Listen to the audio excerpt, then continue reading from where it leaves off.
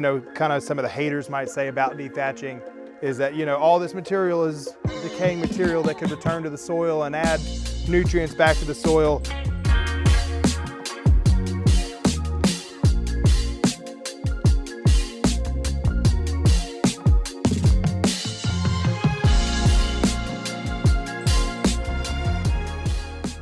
Okay, fellow grass nerds, I wanted to make a video today to kind of talk about two things. Number one, I kind of want to keep my commitment that I made to myself over this winter. It's kind of my New Year's resolution to actually follow through and make more videos on a more consistent basis. Figure the easiest way to get started is to make videos about my property and my lawn. Show you guys kind of the journey from what you see behind you, dormancy, wintertime.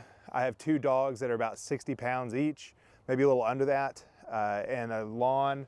My backyard may be just over 1,500, maybe 2,000 square feet, if that. So small backyard.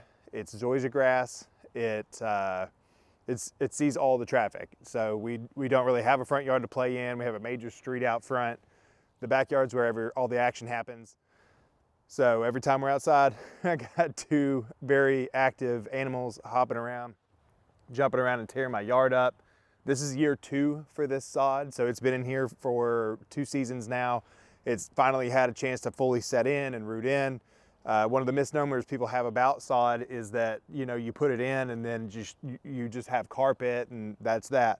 It actually takes multiple seasons for it to fully root in, to become tolerant to the heat and the water and the, just all the different factors that come along with rooting in and getting a deep established root system and dealing with stresses and things like that. So this year 2 off season has been much better than year 1. So I knew that going into it. So I had more patience probably than most people would. Year 1, about half of my lawn, well, I'll say this, when I put it in, it looked phenomenal. It went in very quickly. It was done by a really high level professional. He came in and graded this whole thing and brought in like 30 yards of soil to terrace my backyard and raise it up. It was just a slope with rocks and moss. It was pretty bad when I moved in, but I knew I could fix it. So anyway, I had a really high level landscaper come in and do all this for me. We put irrigation in. We did the whole 9, drainage and everything, but after a full season, it went dormant. Even though it looked phenomenal going into dormancy year 1, it really took a hit. And you guys can maybe see this in the background. I'll take some shots of this so you guys can see about the closer half to the deck and the grill and where we sit. The dogs really went to town on that. They had a heyday. I'll probably grab the camera here in a minute and I'll walk you guys around and show you guys kind of what the devastation was, but we're only getting, less than a third of the damage this year. So, as I suspected, and my theory was that after a full season, that the lawn would have a chance to get deeper, more established roots and rhizomes and be more resilient to the traffic that the backyard does see. So that kind of leads me to my point of making this video, was to let's talk about step 1. Let's talk about what it looks like to come out of dormancy, what your first steps and processes are going to look like, what you can do to get the most out of your property and your lawn. I figure this is a pretty good example of a zoysia grass lawn. I'll try to get you guys some videos of Bermuda grass as well. But when I installed my lawn, because of the shade and because of where I'm at, I went with zoysia grass. It is more sensitive to foot traffic, but shade considered, I think it's gonna do better than Bermuda grass would have out here in my particular case. But all that said, winter is harsh. It honestly doesn't matter what you do for your grass besides baby it completely. So I'll show you guys some shots of my front yard. My front yard is pristine. It never sees any foot traffic whatsoever other than me mowing it. It is much more exposed to the sun. It's still not full sun. There's no trees in my front yard. I do have some adjacent trees in my neighbor's lawns, kind of cast shade as the sun crosses the property. So it's definitely not full sun, but I did remove 2 trees and did some limbing up on my neighbor's trees because they let me. just to try to maximize that sunlight, because I know what a huge difference that can make. So you'll see the front yard is much more lush and thick and just happy overall. A lot of that has to do with just the fact that it's babied. So that's not the reality for a lot of people, and I understand that. So it's not like my expectation for my clients or myself even would be that we just never touch our lawns. And you know, that's the point, right? Is that we have nice grass so that we can play in it, and our kids can play in it, and our dogs can play in it. So I just want to go over kind of the things that are the most impactful that you can avoid, and the things that will have the biggest response, kind of the most bang for your buck, if you will, things to avoid, things of that nature.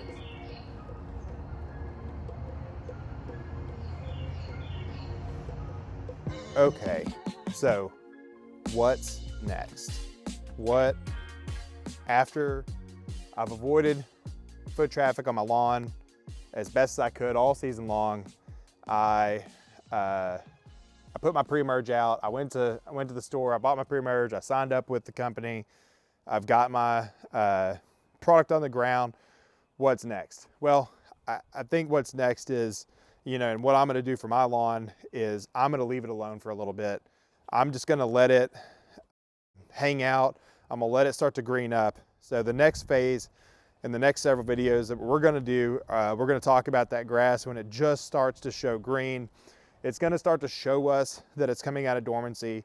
Here in about a month, over the next month, month and a half, it'll begin to come out of dormancy.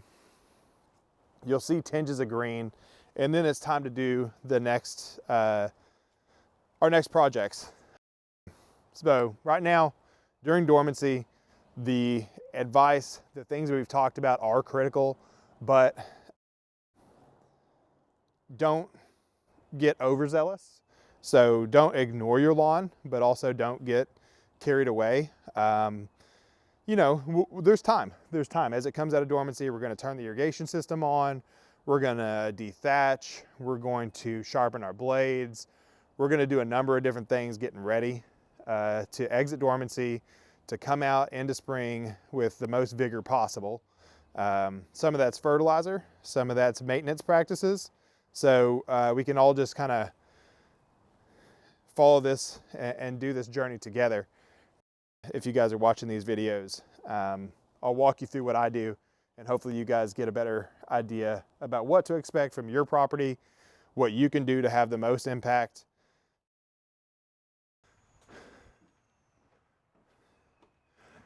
Okay, so this is my lawn. It's real. Real people live here, so don't judge me. I'm gonna move a couple things before we get started here. So what I'm setting up to do is kind of step one. This is the thing that everybody should do to start their season. So we're gonna sharpen our mower blades. If you haven't already, this is where you start. So I'm gonna hop into my shed here. I'm gonna grab my bench grinder. What you guys can do, if you don't have a bench grinder,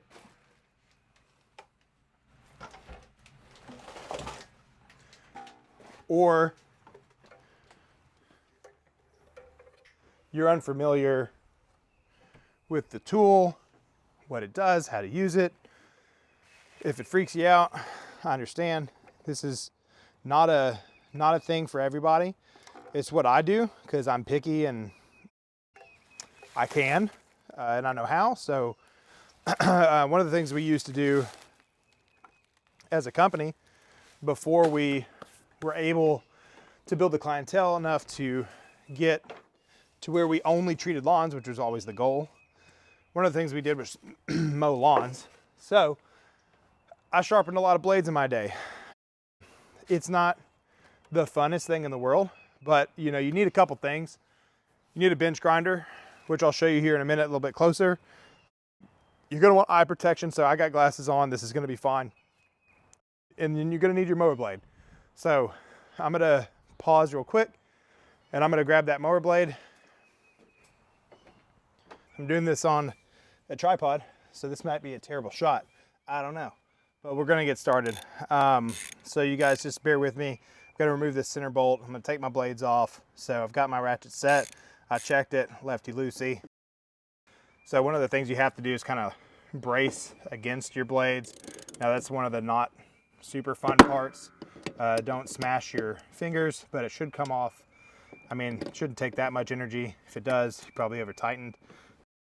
So just gonna quickly remove this center bolt. You're gonna have to hold some things still while you do it, but a few good turns, things will break loose. And you can go ahead and take off your blade set.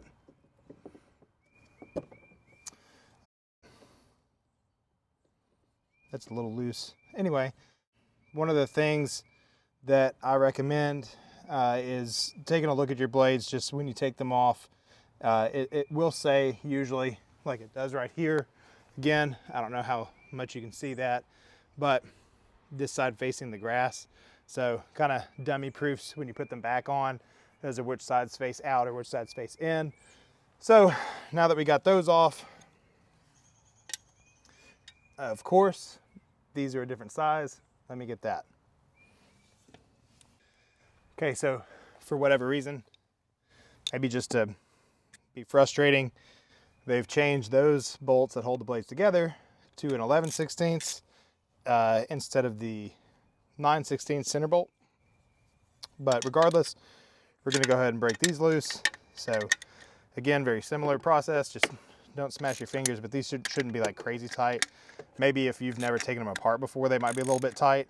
Maybe some WD-40 to get the process started, who knows.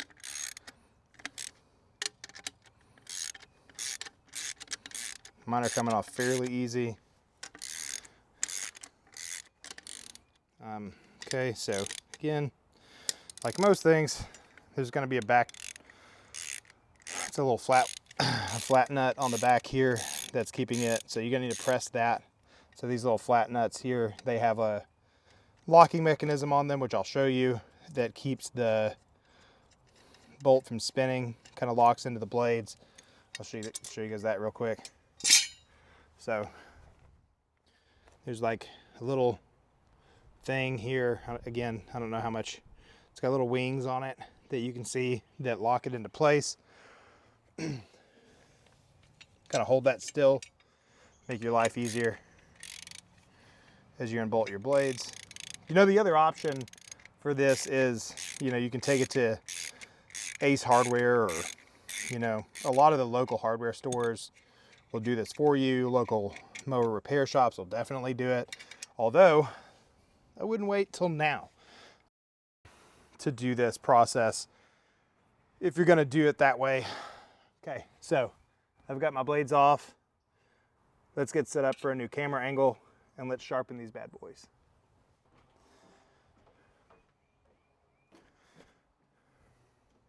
Okay, I've got my grinder set up here.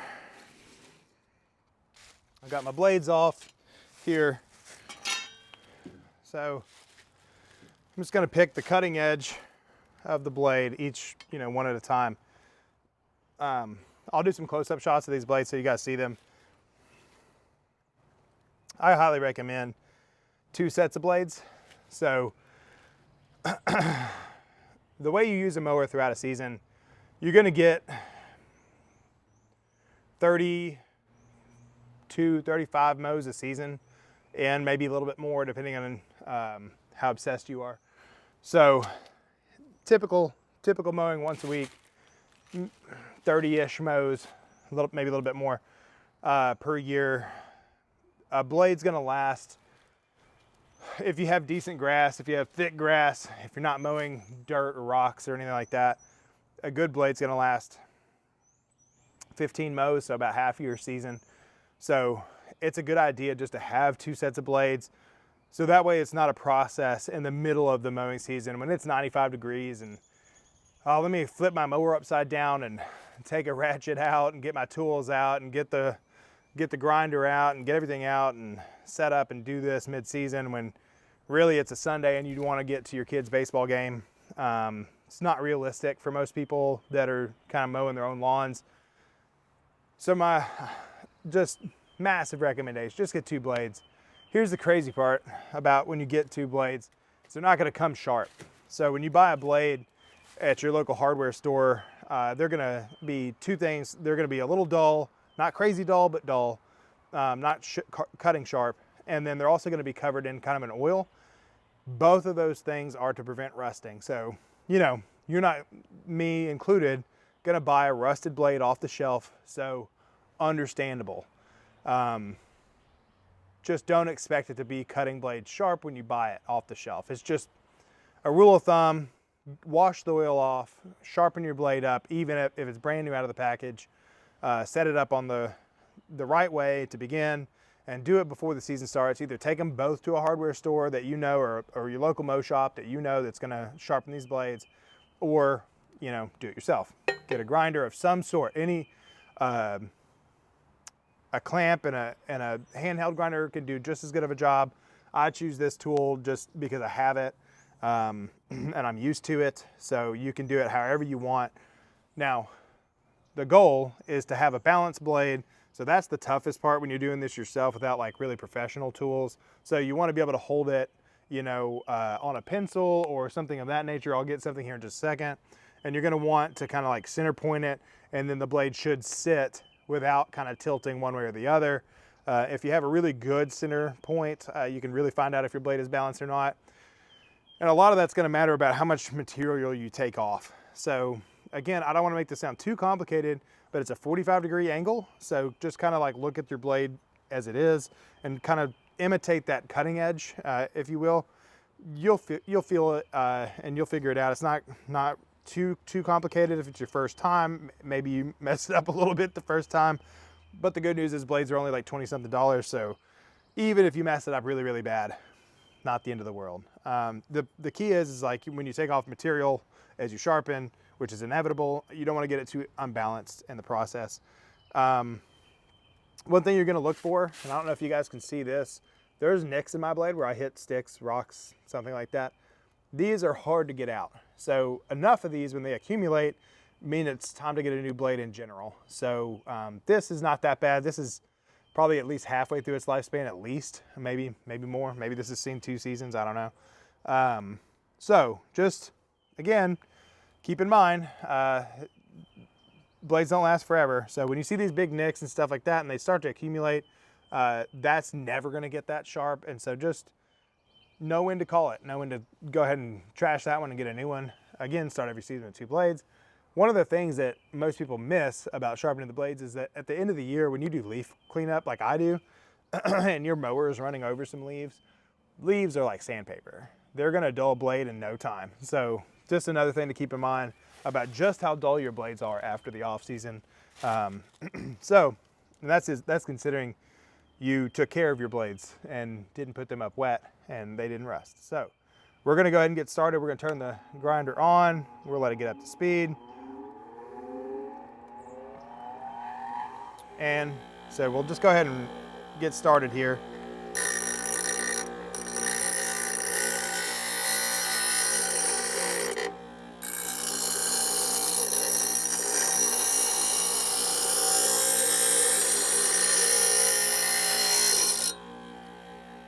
I'll go ahead and check my blade. I was really, really shallow on that.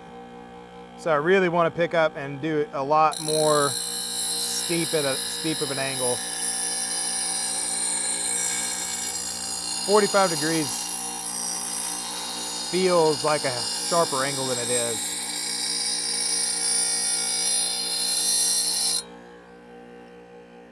Okay, that was better. Still the tip of my blade is not quite there, so I'm gonna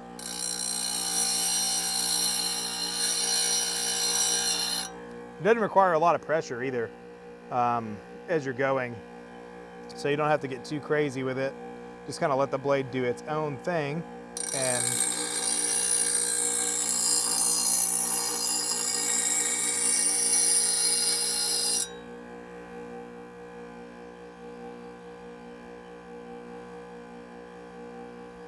yeah, that is by no means all the way there. I'm gonna switch over to the other side.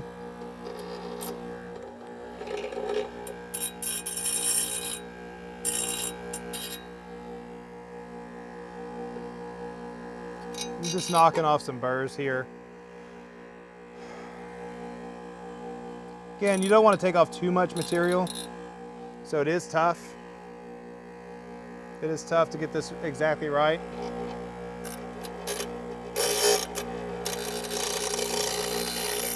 Without a guide.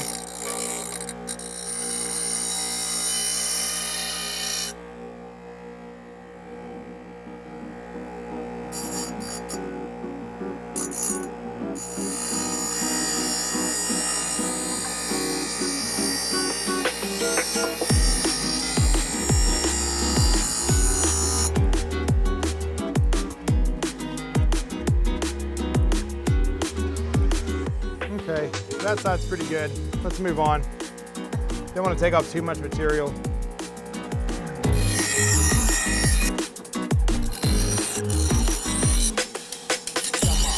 So sometimes I hit the back just a little bit. Maybe knock off some of those burrs, push them back. You can feel the back of that blade. Got some burrs on there. Okay, so don't get too obsessive over it.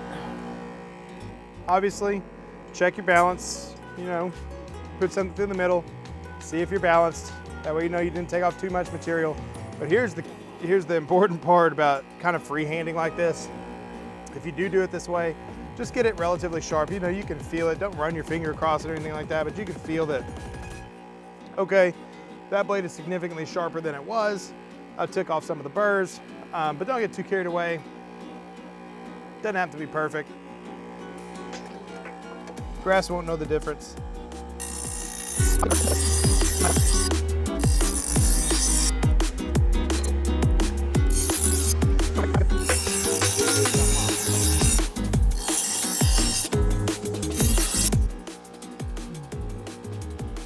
Okay, that's it. It's that easy. We're done with the grinder. All that's left is putting the blades back on. So I've got my blades sort of sharp. Again, they're not perfect. Freehanding it is not ideal. There's some tools out there that kind of will set you up for success if you haven't done this 1,000 times. Homeowners, I definitely recommend that. But sharpening your blades at all is just a massive win. It's gonna reduce disease. It's gonna keep the blades from getting frayed. I'll throw in a couple pictures of that, what you wanna avoid and how you can tell your blades are dull. But it's just one of the ways you wanna start the season. I mean, when spring's here, it's blade sharpening time. DIYers, you know, if you're gonna do it yourself with something like a grinder, you know, you can get started whenever, just do it before your first mow. If you're not gonna do it yourself, I highly, highly, highly recommend get in there early because right now they're going to be busy. They're going to have their store's going to be crammed. If you go in the wintertime, you know, they'll be slow and you can hop in there, you know, outside of a holiday season and get your blades nice and sharp really quick. So maybe even before you leave the store, do some shopping. Okay.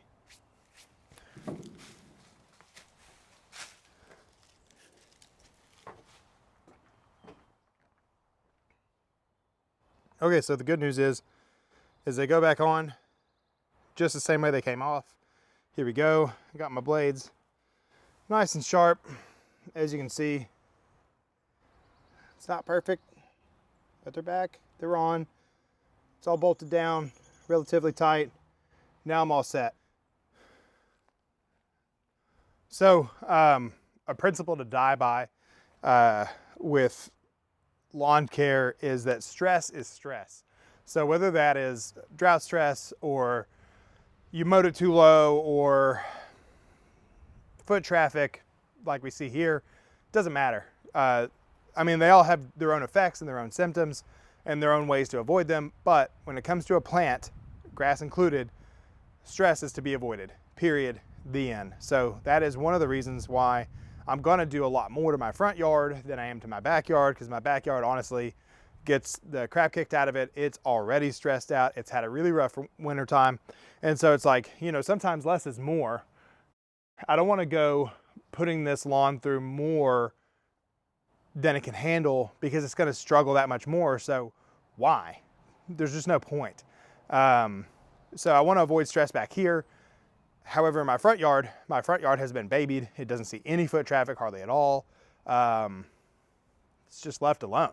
It gets pretty much full sun, sort of. I've removed some trees. My neighbors have trees, but it's got full sun. It's got a good irrigation system, great mow habits. Done everything right for a couple years. It's, again, same time as the backyard. This is its second dormancy. So it should be in great shape. It should be resilient. It should be able to handle some extra stuff. In fact, one of the things that is kind of a result of health and thriving zoysia grass and Bermuda grass for that matter, is you're gonna build thatch. So you're gonna build up a layer of decaying material in and amongst that grass. It's not getting thinned out. It's not getting worn down. And so all that vertical, healthy standing grass holds on to the dead decaying material. And so you need to do a couple things like a spring low mow and dethatching and things like that. And that type of grass that suffers from those things is the same grass that can handle the process and the stress that it takes to go ahead and get it out of there. By getting it out, by dethatching and low mowing,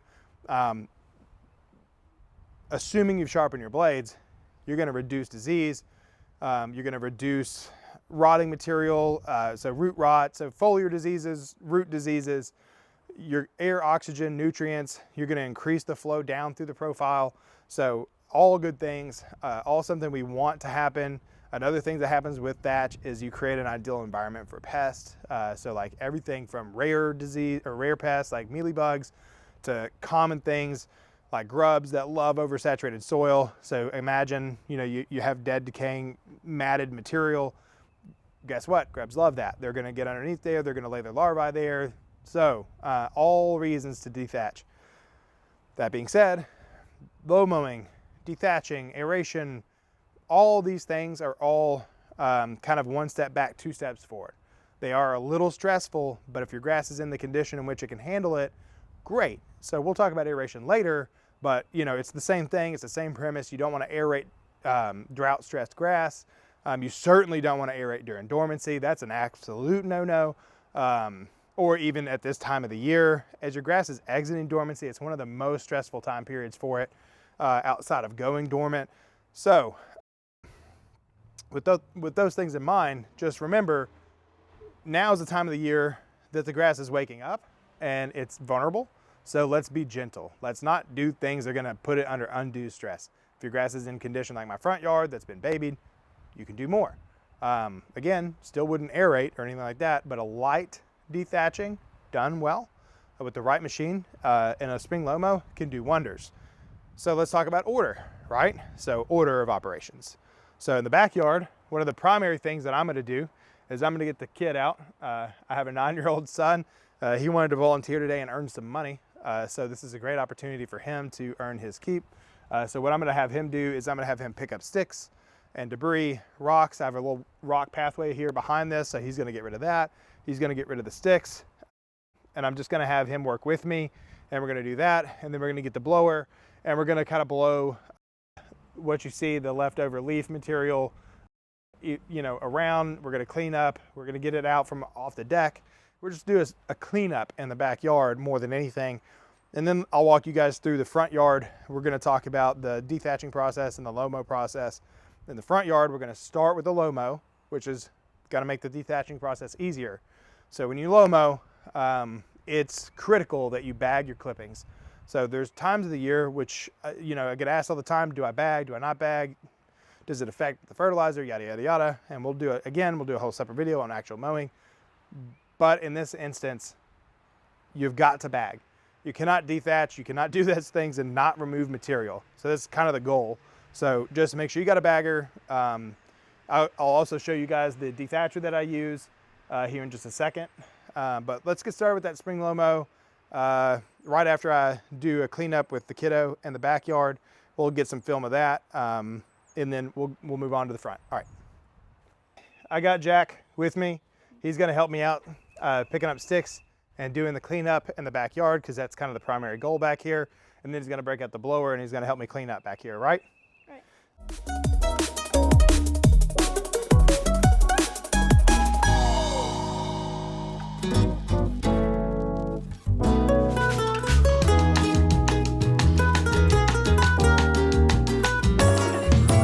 Come on.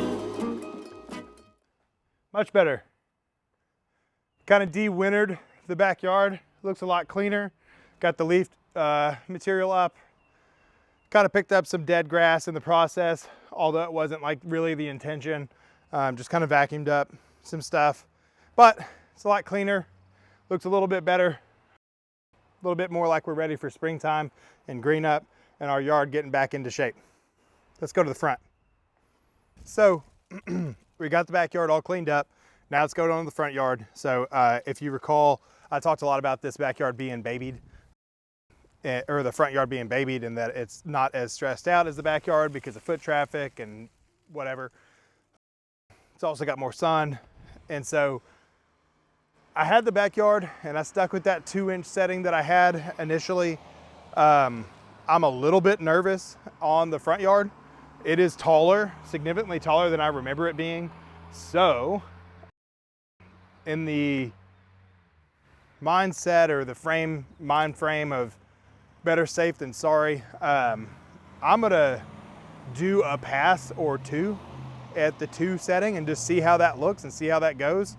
And then we'll just kind of take it from there. The worst case scenario, I kind of go a little bit too low for a couple passes and then correct course and don't stress the whole lot out. But you know, if I can get it to 2, that'd be ideal. So we'll just start and see what happens.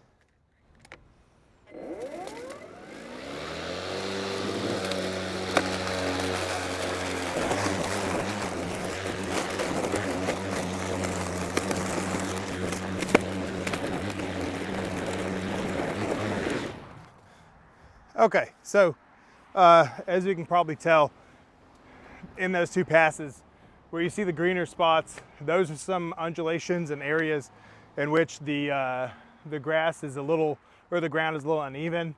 That's not the end of the world. That's borderline. So you see how much grass is underneath there that's greening up and wanting to go ahead and exit dormancy, and it's trapped. So that's a good thing, but it's also a little stressful. I'm gonna pull this bag off and show y'all just in 2 passes just how much grass was pulled off. So in 2 passes,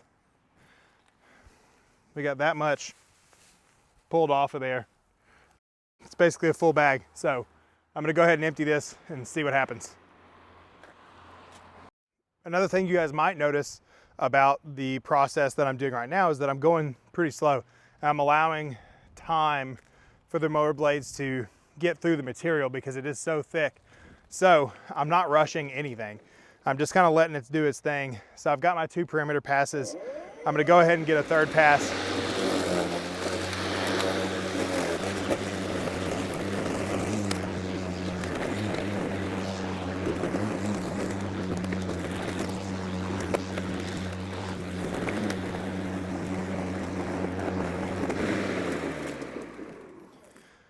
Okay, 2 more passes done. I bet you anything that bag is full.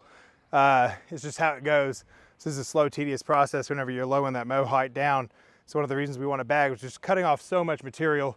And as you see behind me, and as you can probably tell and hear in the video, the mower does get bogged down just a little bit, much more than that.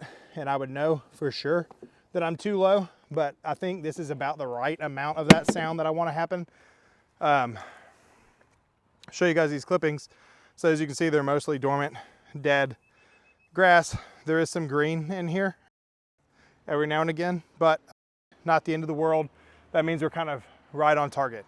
So we'll just keep going from here when I get back from dumping this bag.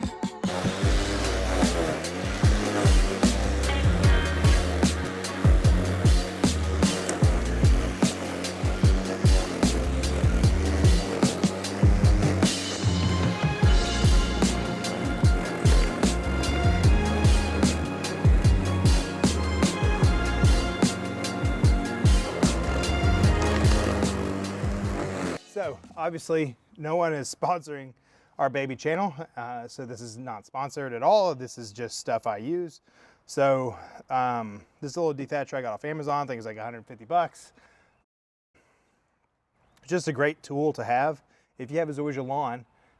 So basically all it is a power rake, or otherwise known as a dethatcher. So dethatching is the process, power rake is the tool. So what we're gonna do is we're gonna flip this thing over. I'm gonna show you kind of what the underside looks like. what it's actually doing. So this particular unit comes with a couple things. It's old school. It's electric. The old school part is that it has to use extension cord, which is not the end of the world. If it was battery powered, it probably wouldn't last that long. I don't know. I hate proprietary batteries anyway. So you're gonna have a bagger, and you're gonna have two different blade attachments. I honestly don't use the other blade attachment, so I don't even know where it is. But we're gonna flip this thing upside down, and I'll pull it center camera to kind of show you guys what's going on. So this is the power rake part, and as you might be able to tell, I don't know if you can see from there, but these are just tines, kind of like really skinny rake tines. So they just spin really fast, and when you put the bag on there, this thing lifts up and it kind of tosses the grass back into the bag and picks it up for you. So I'm gonna move this cord just to be sure, and then I'm gonna run it and just show you guys kind of what it does. So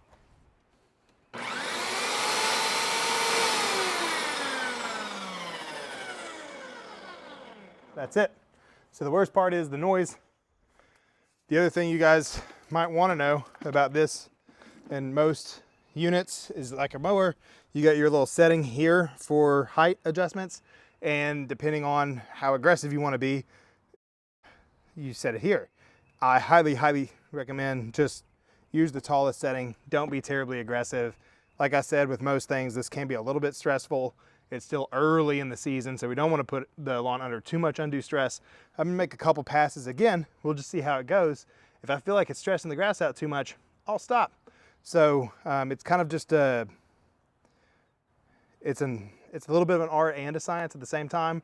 So with that in mind, I don't want to force anything. So getting a head start is great, and doing things early as you can is always a good idea, but you can cause more harm than good sometimes. So just be careful. So I'm gonna set it on the highest setting. I'm gonna throw my bag on here, and I'll make a couple passes and kind of just show you guys what that looks like. All right. I guess one thing we should talk about while we're talking about thatch and dethatching is thatch itself. What is it? So thatch is really common in zoysia grass in particular when it gets really thick and healthy. Usually, you know, after it's grown vigorously for a little while, lots of fertilizer and water, it's growing vigorously. So you'll end up with a bunch of dead, decaying material in the grass. It just kind of grows vertically and gets stuck in there. This isn't terrible. My lawn does have some thatch, as you'll see, but not like a crazy amount. So what I'm gonna do is I'm gonna get in there with that power rake, just try to get this out as much as possible. As you see, the more you get out, the more it's green. So I'm gonna do the best I can. Again, this is not terribly thatchy, so I'm gonna take it easy and just see how much of this stuff I can get out of here and clean it up for air, oxygen, and nutrients to make it all the way down to the soil profile as much as possible.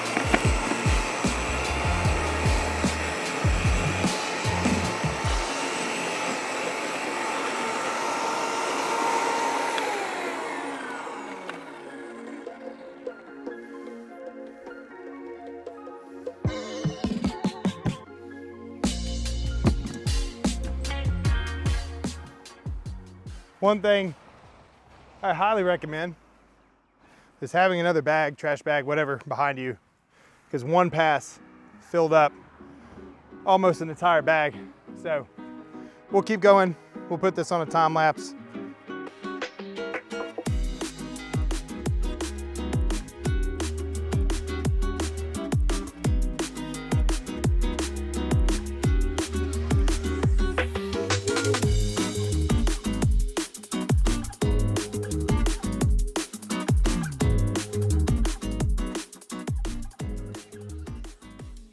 As you can tell, dethatching is a lot of work. I'm sure you can see my shirt, my face. It's expensive in terms of effort, but it has to be weighed against the cost of fungicide. So dethatching is a key component of cultural disease and pest control. So just you have to weigh the physical cost, the actual monetary cost, and your own willingness to be exposed and expose your family to fungicides, insecticides, and things like that. So our mission as a company is to try to do as minimal or as little as that as possible. It's necessary. We're trying to have our cake and eat it too, so you do have to use some of that stuff.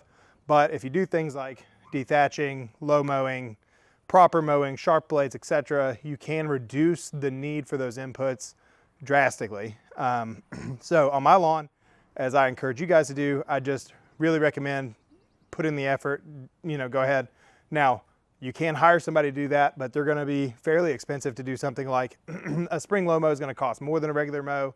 And then dethatching is obviously a very specific service. So you're looking at probably whatever your company may charge for aeration, and then close to that, maybe even more than that, maybe even double. Because it is a lot of work and you do have a lot of material to remove. I don't know if you guys can see this wheelbarrow behind me very clearly, but I mean, I'm elbow deep in this, and it is not loose grass, it's packed down. This is just my front yard, which is maybe 1,000 square feet at the absolute most.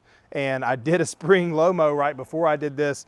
So, I mean, I must have removed every 2 passes. So I must have removed 6, 7 bags of grass just from the low mow. And then, I mean, a full entire packed wheelbarrow full of dethatched material. So it's a lot of work. You're gonna sweat. So if you do hire somebody, just appreciate the fact that that's what's gonna happen to them, and it's gonna be a lot of work. So if they do charge you a decent amount of money, it's probably for a good reason, as long as they do a good job. Also, I only did my lawn in one direction, mostly because it just didn't need that much more, and I wasn't willing to put it under that much more stress to go 2 directions, although you'll hear some people recommend that. The other thing, kind of some of the haters might say about dethatching is that, all this material is decaying material that could return to the soil and add nutrients back to the soil. I hear that argument, I understand that argument, but it's one of those arguments for me, it's like you're getting back pennies in exchange for dollars, and it's just not worth it. So yes, over 5, 6, 7 years, this material is going to break down and create really, really good soil. In fact, I compost this material and create it back into good soil around kind of the wooded area behind me, just as a mulching underneath those trees and things. It works really well for just kind of suppressing wild growth. But in terms of like putting it back into the soil in my lawn, that's what our program is for. We're adding a ton of organic material back in. So this is kind of the most natural version of that, but it takes so long and there's so many negatives alongside of it. And we're trying to push our turf to a higher level. We're trying to push it to the thickest, greenest it can be.